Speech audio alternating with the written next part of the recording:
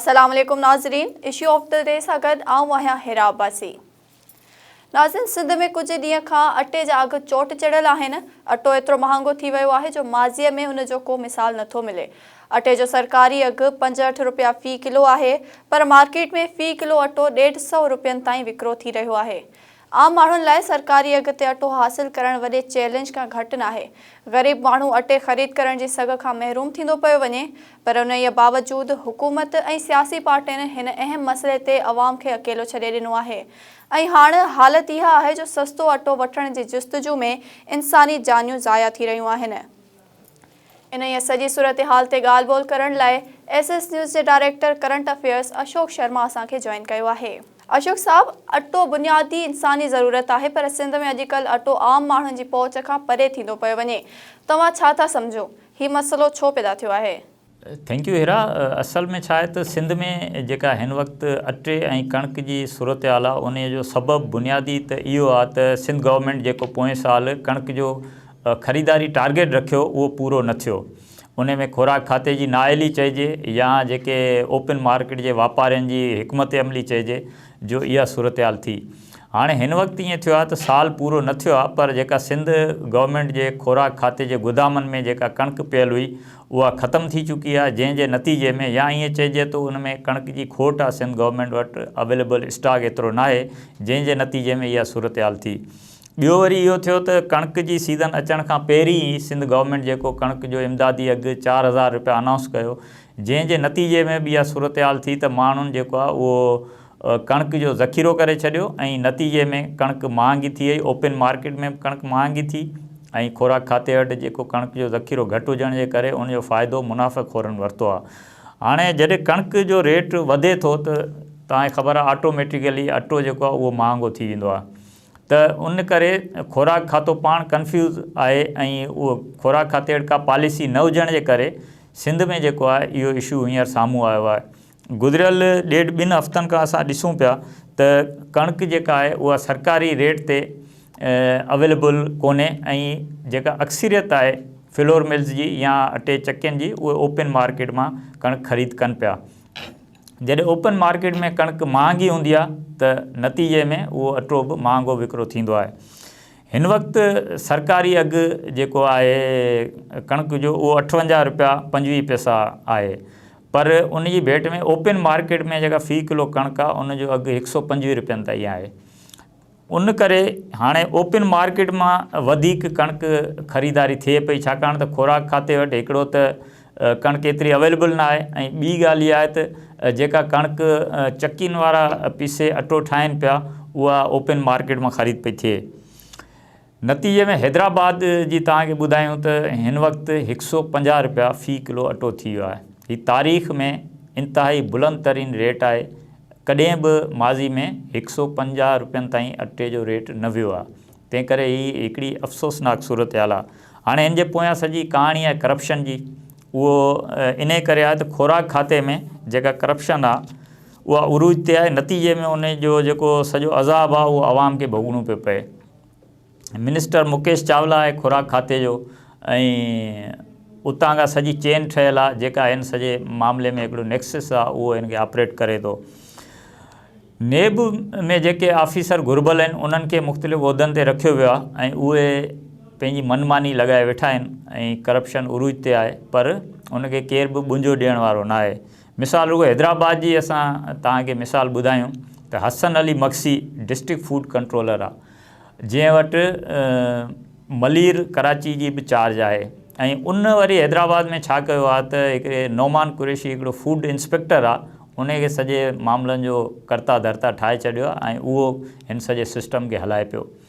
थींदो ईअं आहे त जंहिं बि चक्की मालिक खे या फ्लोर मिल खे अटो कणिक सरकारी घुर्बल हूंदी आहे उहो पंहिंजो चालान जमा कराईंदा आहिनि, उहो वञी उते फूड डिपार्टमेंट में ॾेखारींदा आहिनि ऐं पोइ उन हिसाब सां हुननि खे गोदाम मां कणिक रिलीज़ थींदी आहे। पर हैदराबाद में ईअं न पियो थिए। चालान भले जमा थी वञे पर उन बावजूदि जेसीं तव्हांजी ॻाल्हि ॿोल नथी थिए ऐं उहो ॻाल्हि ॿोल केरु थो करे, ट्रक जा ड्राइवर जेके आहिनि उहे कनि था, छाकाणि त जेको कणिक आहे उहो हुतां खणी था अचनि।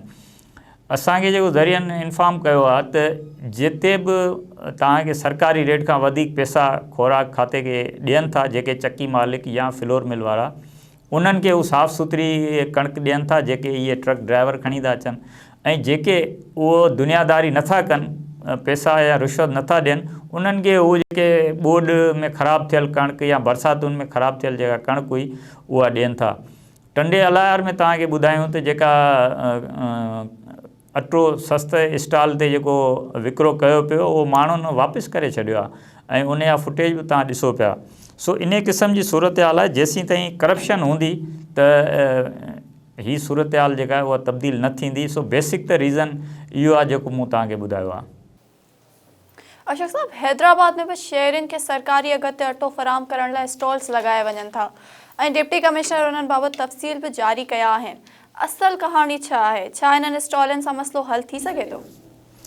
बिल्कुलु न थींदो। मूं तव्हांखे ॿुधायो त हीअ हिकिड़ी करप्शन जी ट्रिक आहे। हाणे इन में मिसाल तौरु हैदराबाद में 12 स्टॉल लॻनि पिया। 9 फ्लोर मिलूं आहिनि, उन्हनि खे जेका मालूमात आहे उन मुताबिक़ ख़ुराक खातो हैदराबाद जी 9 वॾियूं फ्लोर मिल्स आहिनि, उनखे 8000 ॿोरी माहवार फ़ी मिल खे जारी करे थो। हाणे उहे जेके 9 फ्लोर मिल्स आहिनि उन्हनि हैदराबाद जे मुख़्तलिफ़ इलाइक़नि में, हैदराबाद, लतीफ़ाबाद, कासमाबाद में 12 स्टॉल लॻाया आहिनि।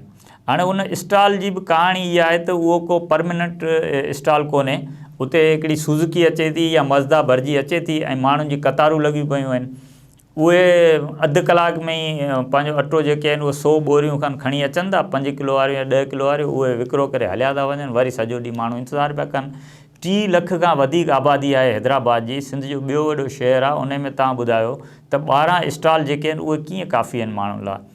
तंहिं करे ऐं ॿी शिकायत इहा बि साम्हूं आई आहे त जेको फ्लोर मिल्स अटो विकिरो कनि पिया स्टॉल ते, उहो गैरमयारी आहे। उहो अटे में उन में भूसो वधीक आहे या पुराणी कणिक आहे, ऐं इन करे जेको आहे तो माण्हू उहो अटो ख़रीद ई कोन पिया कनि। ज़िले इंतिज़ामिया जंहिंमें डिप्टी कमिश्नर आहे फवाद गफ़ार सुमर साहब, उन जी ज़िले इंतिज़ामिया जी बेसिक ज़िम्मेवारी आहे त उहे अटे जो जेको सरकारी अघु आहे उन ते अमल कराइनि। ऐं DC साहब जेको आहे उहो हिकिड़ो ऐलान करे थो छॾे ऐं हिकिड़ो सर्कुलर जारी करे थो छॾे, जंहिंमें फूड डिपार्टमेंट जा जेके फूड इंस्पेक्टर आहिनि उन्हनि जा नंबर बि शामिल आहिनि, ऐं उहे हंधि ॼाणाया था वञनि त नसीम नगर में स्टॉल लॻंदो, हैदर चौक ते स्टॉल लॻंदो, ऐं टांगा स्टैंड ते स्टॉल लॻंदो, फतेह चौक ते लॻंदो। पर इन खां वधीक जेका ज़रूरत आहे उहे को बि क़दम नथा खयां वञनि। शहरी जेके आहिनि उहे असांखे दरबदर नज़र अचनि था आहिनि सॼी सूरत हाल में। शिकायतूं बि जेके आहिनि उहे बि तव्हांखे ॿुधायूं थी। हाणे चकी मालिक चवनि था त हीअ जेके फ्लोर मिल्स आहिनि उनखे जेका कणिक फराहम कई पई वञे इन में करप्शन आहे। ऐं इहा फ्लोर मालिक छा पिया कनि त जेका कणिक ख़ुराक खाते खां ख़रीद कनि पिया सरकारी अघु ते, उनखे ओपन मार्केट में विकिरो करे था छॾनि। थोरो घणो जेको आहे उहो अटो ठाहे ऐं उहो विकिरो कनि था। वरी मज़े वारी ॻाल्हि इहा आहे त ओपन मार्केट मां उहा ई जेका कणिक आहे उहा सरकारी कणिक जेका विकिरो थिए थी, उहे ई वरी चकी मालिक वञी उतां ओपन मार्केट मां महांगे अघ ते कणिक ख़रीद कनि था। 12,000 रुपयनि खां वधीक रेट हले पियो उनजो। तंहिं करे हीअ सॼी करप्शन हिकिड़ी आहे। ऐं जेके इहे स्टॉल आहिनि उहे कंहिं बि हवाले सां जेके आहिनि काफ़ी न आहिनि। तव्हां ॾिसो सॼी सिंध में स्टॉलनि जे पोयां माण्हू ख़ुवार आहिनि, उन्हनि जी तज़लील पई थिए, उन्हनि सां हशर कहिड़ो पियो थिए। मीरपुर ख़ासि में तव्हां ॾिसो हिकिड़ो ग़रीब पोरियत जेको आहे पंहिंजी हयाती विञाए वेठो। त हीअ रुॻो हिकिड़े अटे जो मामिलो ई असां डिस्कस कयूं पिया, उन में एॾी गंभीर सूरत हाल आहे त तव्हां ॿुधायो त जेके अञा ग्राउंड ते हीअ त असां जेके मीडिया जे ज़रिए जेके फुटेजिस अचनि था उहे असां ॾिसूं था, उन ते ॻाल्हि ॿोल कयूं था। पर उहो माण्हू जेको सुबुह खां वठी शाम ताईं उते इंतज़ारु थो करे या लाइन में बीठो आहे, उनजी तव्हां ॾिसो कहिड़ी सूरत हाल आहे। तंहिं करे आउं सम्झां थो त हिन में प्रॉपर पॉलिसी ऐं मैकेनिज़म जी ज़रूरत आहे। रुॻो स्टॉल लॻाइण जेको आहे उहो मसइले जो हल न आहे। अशोक साहब, तव्हां जेका सूरत हाल बयानु करियो पिया इहा त इंतिहाई अफ़सोसनाक आहे। सिंध में जेके सियासी पार्टियूं आहिनि इहे दावा कनि थियूं त इहे अवाम सां गॾु आहिनि। तव्हांखे अटे वारे इशू ते सियासी पार्टियूं किथे बीठल नज़र थियूं अचनि? सियासी पार्टियूं मंदर तां ग़ाइबु आहिनि ऐं बयाननि जी हद ताईं तव्हां ॾिसो त उन्हनि जो हिकिड़ो अपीयरेंस आहे। बाक़ी सॼे सिंध में जिते बि अटे जे लाइ माण्हू दरबदर आहिनि, अटो हासिल करण जी जुस्तजू में आहिनि, अटे खां महरूम आहिनि माण्हू। उते तव्हांखे किथे बि सियासी पार्टी इन में न प्रोटेस्ट कंदे नज़र थी अचे, न किथे का सियासी पार्टियुनि जे तरफ़ां बुख हड़ताल पई थिए, न मुज़ाहिरा पिया थियनि। जेके असांखे सिंध जे मुख़्तलिफ़ शहरनि में, हैदराबाद हुजे, सांगड़ हुजे या नवाबशाह हुजे, बदीन हुजे, उते जेके आम माण्हू आहिनि उहे एहतिजाज कंदे नज़र अचनि पिया। हालांकि इन अटे वारे इशू ते पब्लिक जेका आहे उन में तमामु घणी कावड़ आहे ऐं उन्हनि में ॾुख जी लहर आहे। उहे बेयारो मददगार आहिनि। उन्हनि जी जेका अहसास महरूमी में इज़ाफ़ो थिए पियो, गुरबत ऐं बेरोज़गारी जे करे ऐं वरी महांगाई जे करे अॻे ई जेके आहिनि अवाम पीड़ियल आहिनि। तंहिं करे उहे वेतर जेके आहिनि उहे निंधण की सूरत हाल में आहिनि। सियासी पार्टियूं जेके दावा कनि थियूं त हुननि जी सियासत अवाम जे लाइ, उहे अवाम जे मफ़ादनि लाइ सियासत कनि था, पर अफ़सोस सां चवणो थो पवे त हिकिड़ो वैक्यूम सिंध में हींअर नज़र अचे पियो ऐं हिन अटे ऐं कणिक जो जेको इशू आहे इन ते सियासी पार्टियूं जेके आहिनि उहे बज़ाहिर जेके आहिनि उहे लातालुक बणियल आहिनि। जेकॾहिं सियासी पार्टियूं हिन सॼे इशू ते अॻिते अचनि ऐं हू जेका अवाम में कावड़ मौजूदु आहे उन जी अॻुवाणी कनि ऐं हिकिड़ो बहितर मूवमेंट हलाइनि था, आउं सम्झां थो काफ़ी तब्दीली अची सघे थी, पर ईअं थिए न पियो। तंहिं करे जेके पब्लिक आहे उहा बि सियासी पार्टियुनि खां जेका नाराज़ नज़र अचे थी। उहे सियासी पाकिस्तान पीपुल्स पार्टी त ज़ाहिर आहे सिंध में गवर्नमेंट में आहे, पर जेका MQM आहे उहा बि इन मामले ते ख़ामोश आहे। मुस्लिम लीग नून आहे जेका वफ़ाक़ में हुकूमत आहे, जंहिं उनजा अॻुवान बि असांखे किथे नज़र नथा अचनि इन सॼे मामले में। PTI जेका आहे उन हैदराबाद में महांगाई मार्च कयो हिकिड़े ॾींहं जो, बसि उहो शो करे गुल सेंटर ते हलिया विया, उनखां पोइ ख़ामोशी आहे। तंहिं करे जेका तव्हां सवाल कयो आहे त सियासी पार्टियुनि जी सूरत हाल उहा मुतमिन कंदड़ न आहे। सियासी पार्टियुनि खे घुरिजे त उहे हिन मामले ते अॻिते अचनि ऐं उहे जेके आहिनि पब्लिक जे हिन अहम इशू ते अॻुवाणी कनि, एहतिजाज कनि। असल ही मसइलो तॾहिं हल थींदो जॾहिं हिन जे लाइ कणिक जी फ़राहमी जेका आहे उनजो हिकिड़ो को मयार तइ कजे।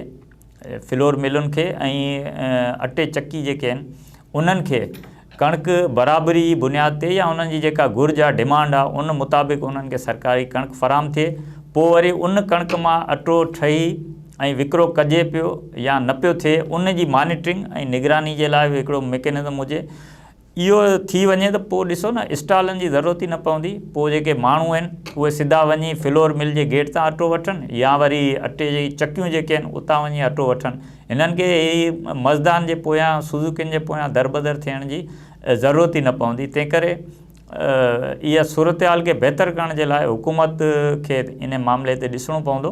ऐं हाणे त जेको मीरपुर ख़ासि में हिकिड़े शहरी जे फ़ौत थियण वारो मामिलो आहे, उनजी जेका वफ़ाक़ी गवर्नमेंट वटि हिकिड़ी कमीशन आहे, 1 मैन कमीशन, जेका सुप्रीम कोर्ट जे हुकुम ते ठही आहे, उन्हनि जो नोटिस बि वरितो आहे ऐं इन मामले ते जवाब बि तलब कयो आहे ज़िले इंतिज़ामिया खां। तंहिं करे इन सॼे इशू खे हंगामी बुनियादनि ते ॾिसण जी ज़रूरत आहे। वॾी महिरबानी अशोक शर्मा, तव्हां असांखे टाइम ॾिनो। नाज़रीन, सिंध में कणिक जी हथरादू खोट ऐं अटो महांगो थियण जे करे ग़रीब ऐं पोरियत तबिको इंतिहाई ॾुखियनि हालातुनि खे मुंहुं ॾेई रहियो आहे। जेकॾहिं इहो सिलसिलो अञा कुझु ॾींहंनि ताईं वधीक बरक़रार रहियो त सूरत हाल इंतिहाई ख़राब थी सघे थी। इन करे फ़ौरी तौर ख़ुराक खाते जे कामोरनि, ज़िले इंतिज़ामिया जे ऑफिसरनि ऐं फ्लोर मिल्स जे मालिकनि जी मिली भगत ख़तमु करे माण्हुनि खे रिलीफ ॾियण लाइ असराइता क़दम खणणु तमामु ज़रूरी आहिनि। नाज़रीन, इन ई सां गॾु प्रोग्राम जो वक़्तु पूरो थियो। हिरा अब्बासी खे ॾींदा इजाज़त। वधीक ख़बरुनि ऐं अपडेट्स लाइ ॾिसंदा रहो SS न्यूज़।